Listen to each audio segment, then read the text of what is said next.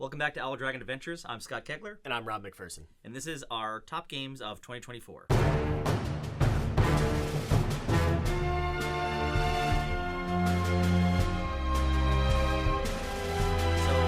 We did a video where we ran down a bunch of games we played this year, which was like 30-something games, and that wasn't all of them. I think? It was crazy, but we did It was 24, I promise. Yeah, there's at least 24 games for 2024, but we ended up doing extras because we're extra. Yeah.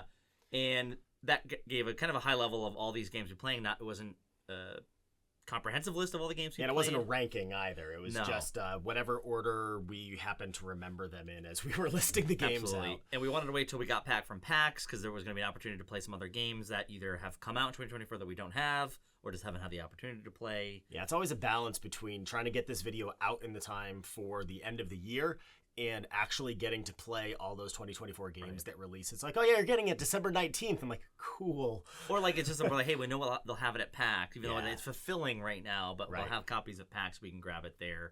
And now we're talking about this. I'm already thinking of games I played that I'm like, that came out this year that I didn't even make my top 10 on this because it was such a big year, I feel like, in the hobby. I think this has been, this is like our third and a half year with the channel. So this is the first time that as I'm doing the Pub Meeple list, on the top of the year list, I actually did the thing where after I did my first ranking, I said, okay, now tell me only the top 25 games and I'm going to rank those. Yeah. I actually pared it down 3 times because it was rough. And specifically for us, like if you've watched the channel before, we play primarily a lot of mid to heavy games on our channel. Yeah. We do some light games, some beer and pretzel games. I do a lot of kid games with my kids. But this year specifically for good to great, mid to high level Euro kind of games, high complexity games has been crazy, amazing, embarrassment of riches. Yeah, I was just looking through my list and saying I think my lowest weight game on this list is like a 3.3. I mean, I have a couple lower games, like fun little ones, but but again, it was just like it was hard to be like, oh my god, I have like 3 really heavy games at the end of the year that were the great heavy games, and this was just we just got back from PAX and we played at least 4 very heavy games. Yeah. And several of which are on my list. We count Stress Bonics, which... so I'll give that a little bit of an honorable mention right now. I think it has potential to grow on me. I ordered it because... Yeah. Of course I did. But we played a third of the game and we about tapped 4 hours. out. Yeah. It took about 4 hours to play a third of the game. But it was a good quarter of that was the teach. Yeah. But so more to come on that one. Yep. But so with that, we're just going to get into it and go through our top 10 of 2024. You want to go first? Sure. My first game was actually something that was from PAX. Only played it once, but I was like, and fortunately, I know I have this kickstarted or game founded or something, but that's a verb, right? That would be Power Vacuum, a trick-taking game that is coming out. I think it's fulfilling in January. Very fun, macabre art for... That is a very good trick-taking game that, like myself, who has designed a trick-taking game, it has a great trick-taking element that also just adds another activity for losing and winning, which I liked, that moves the scoring mechanism of the game forward. And ends up being this... in fact... You didn't score tricks at all. It was literally based off of the... You could win a trick and you got a bonus. You could get a power or a thing. Right. But that's what I mean. Like, that's how you got the bonus from it all the win. came down to the like power. I won 4 tricks, so I get 4 points. Delightful game. I may have played it twice. I can't remember if it was once or we reset and did it again. Yes. Hard to tell. Yeah, but either way, I was laughing and having fun, and I loved how all the mechanisms... There's always a bunch of trick takers coming out, but this one really stood out to me as a top game of 2024. I don't know if people will be able to get their copies. I know they were at Spiel. Yeah. And I think people are getting their copies now and into January. But it is technically under the wire 2024. I did check 2024 game. Yeah. Did not make my top 10, but it was that was close for me. That kept popping up. It was so much fun. And as you said, the macabre artwork was just delightful. Just look it up online. We can't describe it. I won't go into. We'll get flagged if I talk about what's in the art. But it's very funny. It's tongue in cheek. So yeah. Nice. Excellent. What's your number 10? So my number 10 is from Ivy Studios. This one is one that I was convinced that I was not going to buy. Got past the Kickstarter, was safe, played it at Level Up, loved it, ordered it, almost all in. So that's going to be Fractured Sky. This one kind of surprised me of how much I like it because it is a bluffing game. It's a bluffing bidding game, which is not high on my mechanic lists at all. Not for you. It's just... there's just something about the way that it works and the fact that you have to be so careful about your bidding, because if you overbid, but if you go over 10 of your total bids across the board, you get a penalty in every single encounter you're in. So it really restricts you, and nobody can just be like all in on this, right? Without sacrificing other places. Well, and it's area control that has limitations to it, which is nice. It does the area control, but in a way where nobody can ever just run away with the game. Right. I love that game. It didn't make my list, but it is, in my opinion, right now is my favorite IV game. Yeah, I think it's my favorite IV right now. It's really solid, and it's a beautiful game, and I love the artwork. I gotta get they came with prints. They're up over there that I got with it. I'm gonna get those framed and put up somewhere. I don't know, but yes, that's my top 10 from 2024. Excellent. My next game for 2024 is a smaller publisher, but I think this game made a big splash this year because I hear everyone talking about it. We have a review copy, which we'll be doing more content on it. One of the more unusual games that I've played this year, but I really enjoyed it, and that's Harrow County, based off of the graphic novel series, which I've also started reading because of this. So that's how the game has been. Right. So I really enjoyed it. It has some, again, unusual, I say, mechanics. Like if you've seen people playing it, there's a strange dice tower built into the cube box. tower is so cool. I love that mechanic. I've seen it in only one other game. Right. And it works. It works surprisingly well for what it is. And it's interesting too because it's resolving battles in the game, and like you don't know if and when, like just because I'm throwing in more cubes because there's a bit of battling in the game, but overall it's a very flavorful abstract game. Okay. Asymmetrical abstract game where one player is playing the good guys, or one playing this is like the kind of Hills Have Eyes family, whatever in the game. If you've read the series, it all the different factions show up throughout the game, and there's a lot of variety in how you can play it and change the asymmetry. But just an unusual game. Really liked it. And as someone who doesn't usually like horror as a genre, I enjoyed it. It had a bit of a Stranger Things kind of element to it. But yeah, absolutely. A lot of fun. I know you haven't really gotten much chance. I played it mostly with Sean. I played it. All right, I've looked at it. I haven't played it yet, so I'm glad we're getting the copy or getting the review out. We should have that review out probably sometime next month. Yeah, so absolutely. It's high on our list to get out. So that's my number 9, Harrow County. Nice. So my number 9 is going to be from Eagle Griffin Games from Lacerda. It's Inventions, Evolution of Ideas. So this is we fell hard into the Lacerda games this year. Yeah, early in the year we started playing a lot of them. Yep. So the first one we picked up was Weather Machine. I got that as a I bought it off somebody. Actually, I bought both of these off of somebody else from Kickstarter. All 3 of my Lacerdas I bought off somebody else because I missed the Kickstarters. Yeah. So I picked up Weather Machine. We liked it, and then I picked up Inventions because we started to really love the Lacerda games. And this one is just it's a lot better than Weather Machine in my opinion. I think that the economy is tighter in it. The way that you evolve the ideas, not to use the the game's name in my review, but is really, really clever. And I also really like the way that the rondel works, where it's not a completely restrictive rondel, but it's one of those where if you go in spaces where other people are, they just get a benefit out of it, which is really nice. I've only played it solo so far, so it's a little bit hard to tell exactly where it's going to land in my full top list. So I didn't actually review it in my top of all time list right now, but it's really solid. It's up there for me for my Lacerda games, and I haven't played that one, but I mean I've enjoyed pretty much all the Lacerdas I've played. If anything, there's just ones I've enjoyed less than others. Yeah, but same. All right, my number 8. Yep. Is probably one of my lighter games on here, and typically a genre I don't enjoy. This is more of a Rob genre thing. Like rolling rights, flipping rights. We've jokingly said verb and verbs. And this one was a draft and write that I had apparently backed and totally forgot about it. And it came in and I was like, oh yeah, I've got this game. I should play it because it wasn't, it came in. It looks neat. Yep. And that was Clans of Cute Midgard. Meeples. Yeah, Cute Meeples. Yeah, and that's Clans of Midgard, part of the Midgard series along with Champions of Midgard, and the new one also Reavers of Midgard, which I have not played.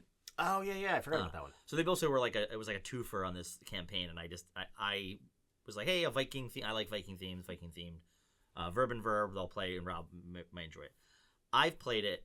We played it actually many times now, and probably between 20 and 30 plays. You just recently. Yeah, I was gonna say I think it's encroaching on our most played game of 2024. Because it is a fantastic iteration of the flip and right, roll and right, and this one is like a lot of Viking games, draft and right card game, and those are all over the course of 4 rounds or 3 rounds, 4 rounds. 4. There's 4. Yeah, you are just doing all the things you do in a Viking game. You're honoring the gods. You're fighting. You're exploring and things like that. It's got a little area control map, but it's just so sharp. Like the game just it moves quickly. You play a game in about 15-20 minutes with up to 4 people, and it still feels like there's a lot of decision space. Yeah, I've yet to play with anybody who by halfway through the first round they're not like, oh, okay, yeah, I get this game now. It's just a bunch of little mini games built into it, and I really enjoyed it. And again, it makes you hate the alphabet. Yeah, it does.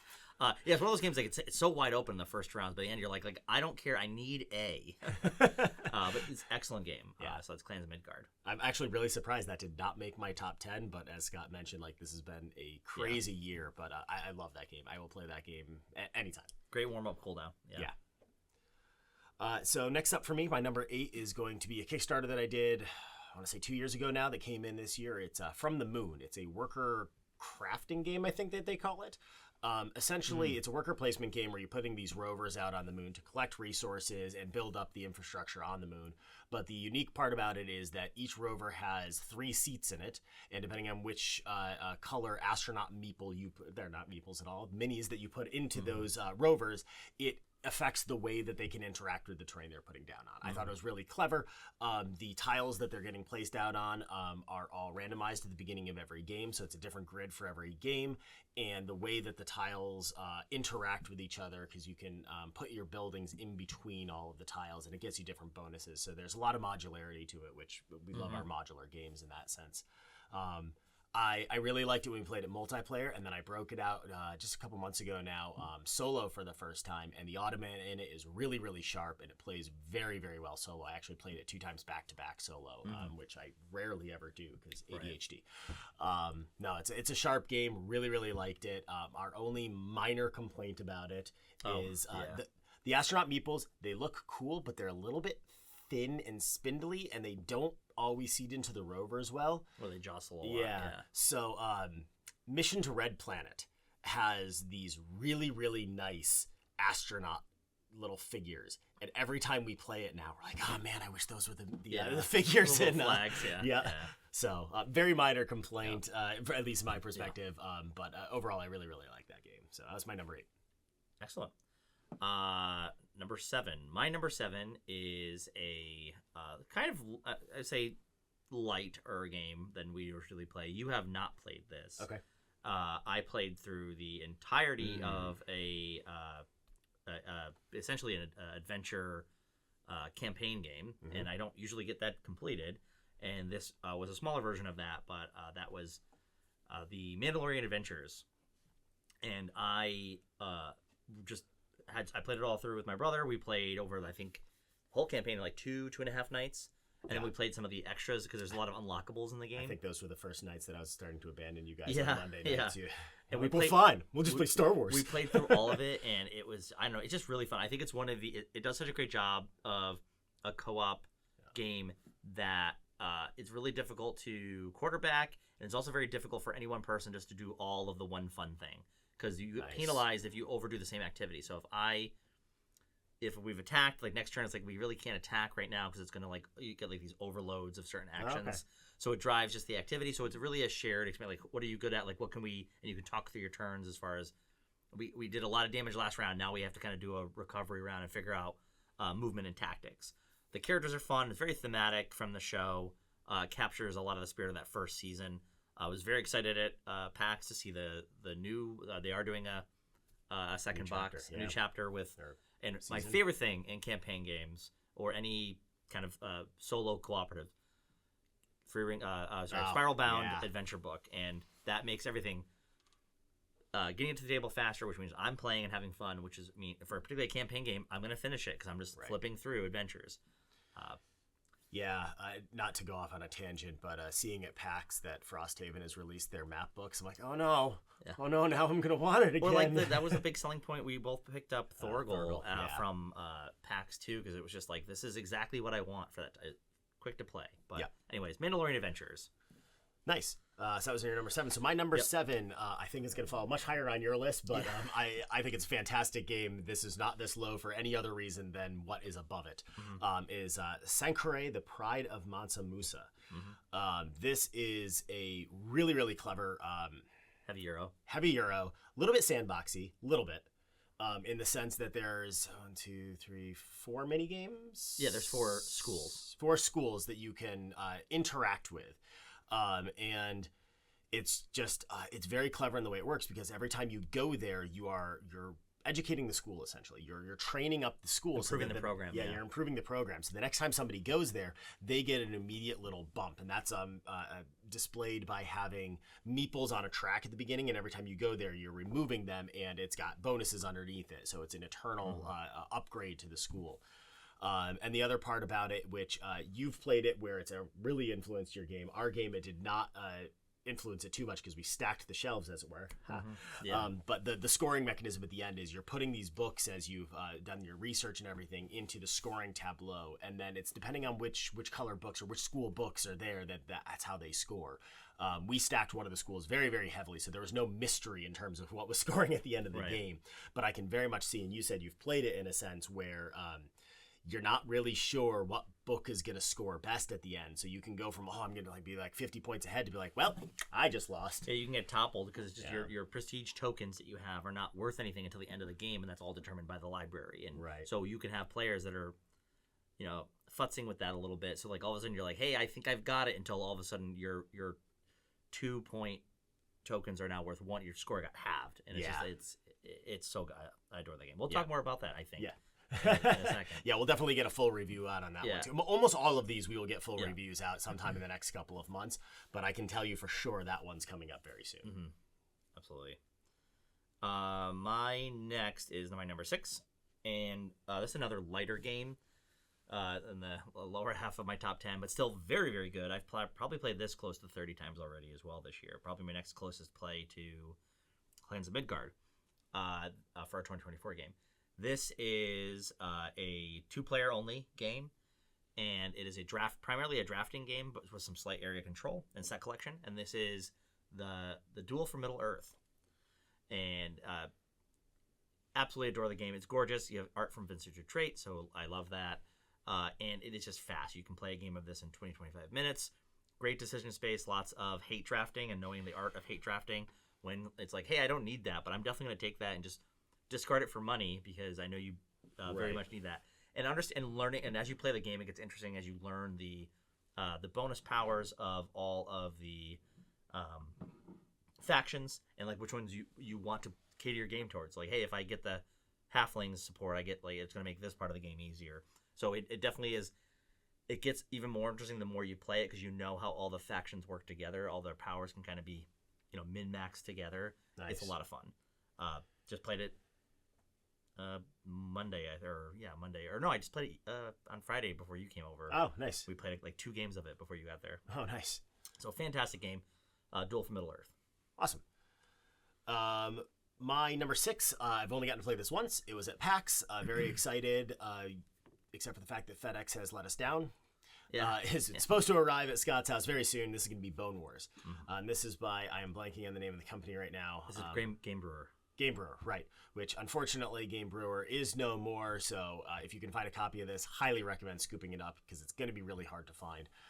So this is a game about the war between 2 different paleontologists back in the late 1800s. Yeah, the Great Dino Rush. Yeah, the Great Dino Rush, because that's how fascinating life was in the late 1800s. But basically, you're playing their helpers, their assistants, who are going out into the field and digging up the bones and putting together the skeletons and everything. And I think one of the reasons I love it the most is because it's very on brand with how they put dinosaurs together in the 1800s. Is I don't need to have a Triceratops head and a Triceratops body and a Triceratops feet. I need to have a head, some torso, and some feet. And then some of them are you need this tail. We know this tail. But other than that, and the reason they did it is so that you didn't have a million resources, sure. But it just felt so thematic, where they're just jumbling together these skeletons and be look at this thing. Yeah, and similar to actually Sankore, you are manipulating the score throughout the game, and like which are you? What do you care more? Because you flip flop, which also happened. People would the two main was Cope and Marsh were the two main paleontologists that you can work for either one. This is a perfect opportunity because this is actually my number 5. Oh, nice. So Bone Wars, absolutely adored the play of it. Very sad that this is like one of the I would call like the if you're gonna have a swan song, their 2 last games that they had coming out, Bone Wars and Algae. That's hell of a swan song. Phenomenal games. I will note that messing with the score is how I went from being certain I would win to not winning. Yeah, it's that same thing from. But I like that Sankore because like, you feel like someone's running away with it, and it's like you can flip it on them. Well, both you and the other guy we were playing with. Stole it from me. Absolutely. By pushing it in, I'm like, I was this close. Yeah. But so excellent game. Also, really love Bone Wars. That was my number 5. Nice. So my number 5 is another one that I just picked up at PAX. So we've only gotten one play-in, so just take this with a grain of salt. But it's right in line with my theme that I like. It's from CGE. It's going to be SETI. So this is a really, really cool game where you are searching for extraterrestrial intelligence. You're doing it by scanning the sector of the sky, which it's got a rotating solar system board in there, which is really cool. And you can, at the beginning of the game, you can only scan in a sector that Earth is in, and then you can get abilities which unlock a little bit wider or whatever. But then you're also sending probes out into the solar system to be able to orbit around planets or land on planets, although they say you can land on gas giants, which I have a problem with. Digress. Cruise through. I did horribly at this game. I lost by... Scott almost lapped me. I was 180, I think. I don't want to talk about it. But it was really, really fun to play. Starting to get the hang of it. Admittedly, part of the issue with... so I was locked into a certain play style just because it's got 138 cards. And if you've ever played a game where you get like over 100 cards and they're like, okay, now shuffle these. Mm-hmm. Really? It wasn't a great shuffle for the first game of it, but it'll get better. I just didn't wrap my head around how to make my cards work. So I'm making excuses. I'm okay with it. Yeah, I want to see how I feel with better. It almost made my top 10 for the year. I can see it growing though because they only had the one play. It was one of those ones. Yeah, it's a trickier one because it's a pretty complex game in terms of like all the moving pieces. Pun kind of intended. Yeah. I liked getting to reveal the aliens and see what was on those tracks too. All right, so moving on to number 4. Yeah. And my number 4 is I only played twice, but I really enjoyed both it as a solo game and as a competitive Euro. This is from has really become one of my favorite designers in the last couple of years now. This is a dice drafting game primarily in Euro. Resource management, area control game, and this is Minos, The Dawn of the Bronze Age. I really enjoy this one. It's from Stan Kordonsky. Very attractive game. It really comes down to that dice drafting puzzle is what really kind of cinched it for me as one of the better games this year. I love the idea of like the White Castle, any game that really great idea on dice drafting where high and low dice are really valuable. Interesting about this one though is you can kind of get the middle dice and use that to shove people out of certain actions because you first are drafting just to see what dice you get and where they're going to land in the actions, and then it's always like lowest to the left, highest dice, so higher dice always get pushed out to the right. So if you play it right, you can really manipulate where you want to shove people out of like kind of prime real estate actions.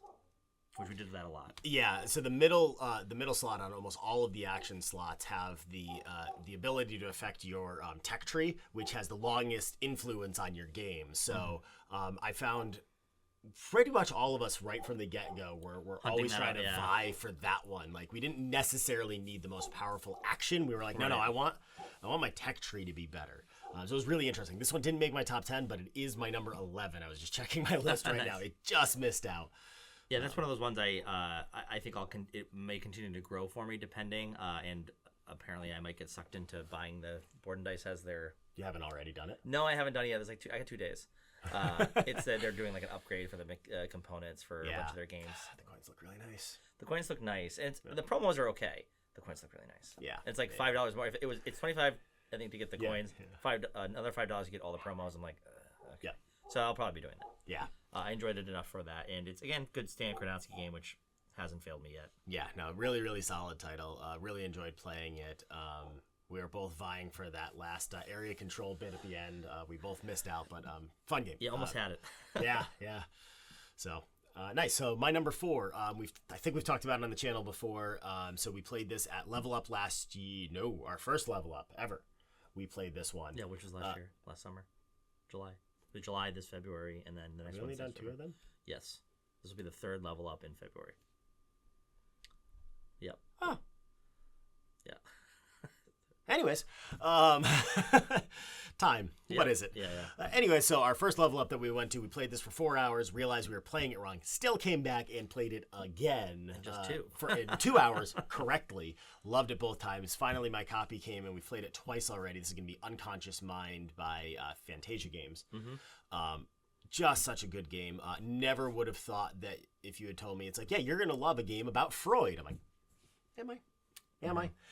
But it's you're curing your patients, which have these nightmares, these griefs overlaying them, and that's one of the major ways to score your points is by curing them. And they give you long-lasting abilities and end-game scoring abilities as well as you cure them. But then the action playing is you're using your ideas to do worker placement. Essentially, there's a grid of different actions you can take. Most actions can be targeted Directionally 4 places. Yeah, all of them can be. I was just trying to picture the board. Yeah, all of them can be from 4 places. But depending on where you place, you have to move your ink pot on a rondelle different times. So there's a lot of cascading actions. And the rondelle's an engine builder too. Yeah. And then you've got your tiles that you place out to make your grid, which makes your engine even stronger. And then there's the one aspect that we haven't played with much that I want to play with more, which is the area control on the actual town board. Yeah. So there's still a lot to explore. We have the Nightmares pack now, which was really fun. Really messed with the way that you played with one aspect of the game. And there's one module that we'll never play without anymore, which is the pets module. Yeah. Because it's pets. But I'm surprised this one didn't make my top 10. But yeah, really, really good game in Vintage Trait again. So beautiful game. I think I need more plays of it, but I really enjoy it. Solid. It's also one of those great Euro games, like a lot of the ones this year. Bit of a sweaty teach. Yeah. But once you know it, you're like, oh, this makes this. The complexity is outpaced by the fun, and it overall ends up making sense as you're playing it. It's good brain burn. And I have a neoprene mat for it, so. Yeah, there you go. So that is number 3. Yeah, that's number 3. Yep.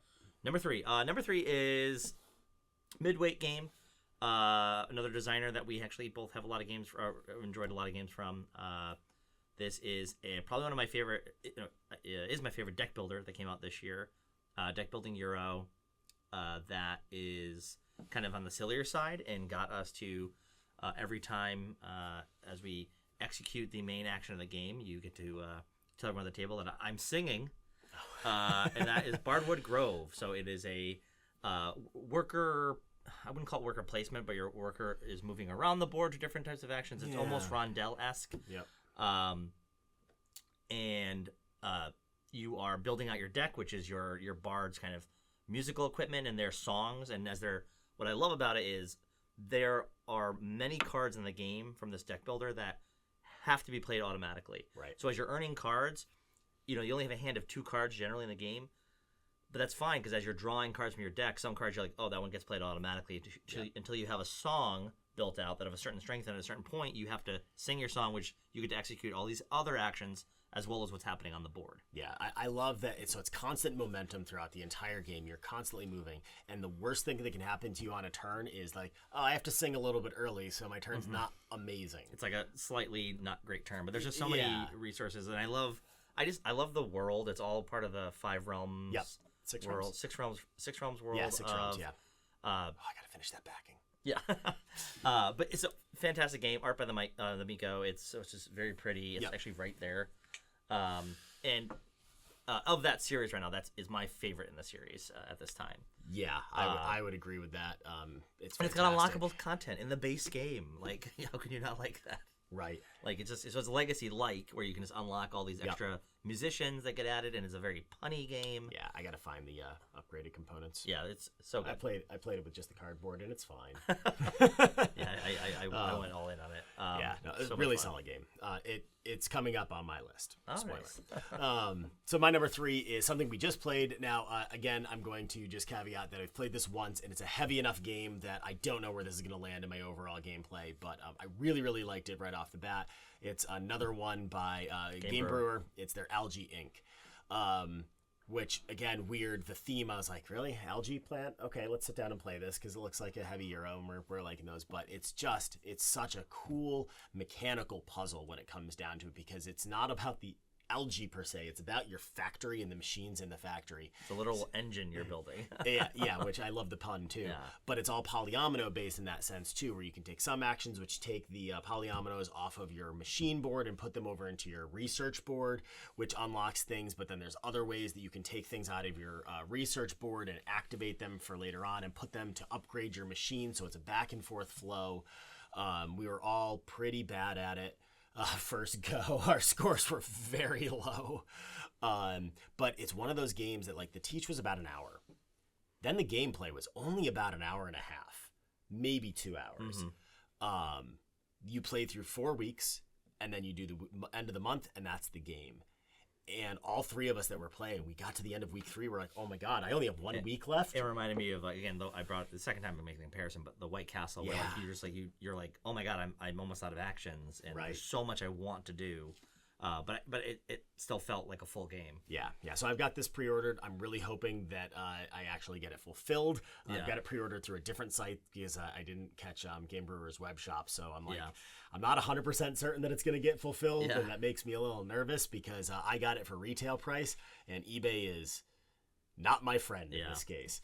So I would say both that and Bone Wars, I'm hoping that they get like some sort of secondary life through another publisher. They're both too good not to be out there. Really, really solid game. Liked it a lot.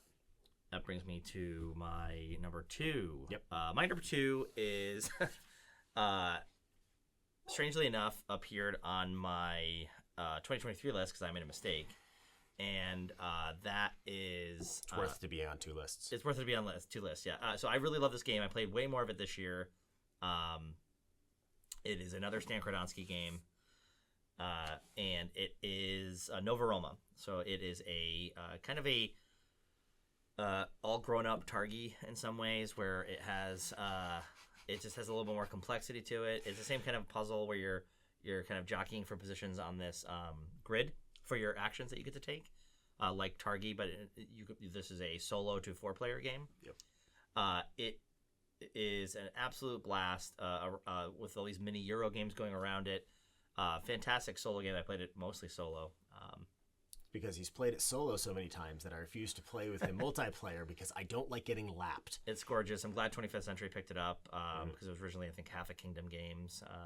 So it got wider distribution this year. It got a lot more love because last year... I've been seeing it pop up a lot. Yeah, not as many people knew about it last year because I guess, again, it wasn't technically out yet. Or it was for people that had Kickstarted it. Right. But fantastic game, Nova Roma. Again, looks great. And you didn't Kickstart it, so I think it's fair to be on the 2024 list. Yeah, I had to... And you played a Kickstarted version when you rated it last time, which was Corey's. So yes.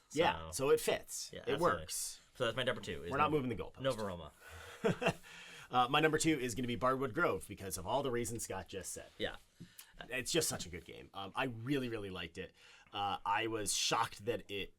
up until very recently, it was my number 1 game of the year, and I had no thoughts that anything else was going to top it. But something did. But it's... Great game. Love playing it. I still need to break it out solo. Have you tried it solo? I've tried it solo. It's fun. Again, what I like about it is it's because of the automatic card things. Like your turn just starts so fast, and sometimes even you're like, oh, my turn's over. And then you're like refilling your hand. You're like, I guess it's not. Yeah. Oh, it's so good. It just feels, you feel really smart. You feel wicked smart playing it. Yeah. So big fan. Yep. All right, that brings us to our number 1 games of 2024. Yeah, absolutely. So this game, I'll be curious where it lands for me ultimately in my top 10 over time. I want to play it more, and it already appeared on your list, and that is Sankore. I think Sankore is for all the reasons you said, is a brilliant game. 2 things that I wanted to add that you had not commented on was one is the as a heavy Euro, it has heavy interaction, which I like. Yes. It's not just like kind of us, and I don't mind this. I know some people use this as a dig, and we're in the same mindset on this. Mm-hmm. It's not a multiplayer solitaire game.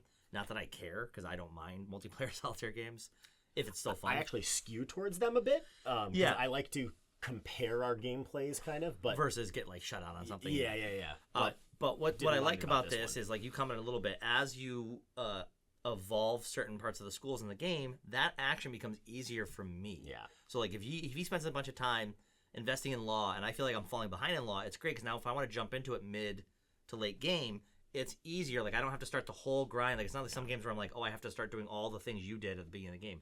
I can kind of jump in on some of that and catch up. I mean, I might still not beat you, but I can do that mini game that you've been doing the whole game because you made that action easier. Yeah. So I love that aspect, and it's thematic because it's like the university's stronger over there. So if I want to send my students to law, it's going to be easier for them. And what I liked about it is, and maybe this is going to vary group to group, of course, but like it did not feel like, oh, Scott's doing law, I'm not going to help him at all. Like I'm going to stay away from that and make him do his own grind. Right. Like I didn't feel the need to just for reasons of hate stay away from the action because I'm like, yeah, I could, but like I want that action too. Right. So like you're forced to be cooperative a little bit, at least unless you really want to be hateful jerks. Yeah. And maybe which I can totally see. Yeah. And was not in our the last thing too that you didn't bring up, which I think has to be brought up, is the Ian O'Toole did an amazing job with the art in that game. Yeah. If you look it up, just we'll probably have it up here as visual, but I'll put the cover is gorgeous, the game itself is gorgeous, and it's not beige. I mean, there's a little bit of beige at the top, but it's not beige as a hero. So there's plenty of vibrant colors in the game. And in fairness, it's only beige because they're traveling through the desert. That's true. But the little book components too are just absolutely awesome. Like these little wooden books you get to use in the game that are the main. Full mark from design. It's a gorgeous game. It's my top pick. I'm wondering where it lands ultimately. Because I've only had I think 3 plays of it, maybe 4. But again, very, very, that's probably my sweatiest game on the list too. Nice. So my number 1 game of 2024 is one that I have had drop shipped over from England in order to get it. I don't think it's available in the U.S. just yet. It's Shackleton Base, Journey to the Moon. So it's a space-based game. So I had to get it. It's right here. I love the artwork on the cover. It's done by David Sitbon. One of my favorite things about the game, not really, but kind of, is that the name of the company that makes it is Sorry We're French, one of the best board game company names of all time. So I saw somebody posting about this probably 2 months ago now, and they were comparing it to, they said that it's a blend of all the best aspects of On Mars, From the Moon, and there's one more that I can never remember, but I really love also. And I was like, well, those are some of my favorite games. So I got to pick this up. So I went online and I ordered it and I got it in. Haven't played it multiplayer yet. So that's the only thing that that makes me wonder about where it's going to land in my top of all time. But I played it 3 times back to back the same night when I played it the first time. So it's a worker drafting game at the very beginning where you each get a different shuttle that has different colored meeples on it. So very much like I was saying, From the Moon, different astronauts, and you choose which shuttle you want, and that's the different color meeples you get. And then they each have their specialties, which make them better at certain actions, but you can play them with any action. But it's just better if you play that, if you keep them within their schools. And you're building a base on the moon. And you're building up your base and you're building up your tech, and then you have each game you randomly choose 3 different corporations that you're assisting because cislunar space, and not to get into my day job right now, but cislunar space is going to be mainly defined by corporations, by private companies. So I like that they brought that aspect into it where you are completing contracts for them, which is helping making your base bigger. It's exactly what NASA's doing with the Artemis Accords. So it really plays into just my love and my knowledge area too. And it was just so much fun. The economy is really tight. There's only, I'm blanking right now, I think there's 6 rounds you play through. Okay. So it's, again, like you have a certain number of actions that you can take, but you can do things which help you cascade actions. Okay. So it's a blend of those two. The components are great. I could go on and on about this game. Fantastic game. My number 1 of 2024 easily, which surprised me because, as I said, Bardwood Grove was holding on so well up until very recently. Awesome. So, and someday I'll get it to our table over at your house, even though so many games to play. Yeah, absolutely. And that's the only reason we haven't tabled it, honestly. It's just there's so many others. I mean, there's been a few on my list we haven't had a chance, and it's just time. We have adult jobs. Yeah. Well, looking forward to playing these in into 2025. Looking forward to the games in 2025. We will be at Level Up in end of January, beginning of February to play some hopefully more games. So if you're there, really love to try to get some to the table with you. If you had anything that we didn't cover that you thought was a really great game from 2024, go ahead and leave it in the comments. If you have any questions about the game we talked about, leave those questions in the comments as well. Make sure that you also like and subscribe to our YouTube channel to get more content like this. With that, excuse me as I die here, we wish you good luck with all of your board game adventures. And thank you for joining us on ours.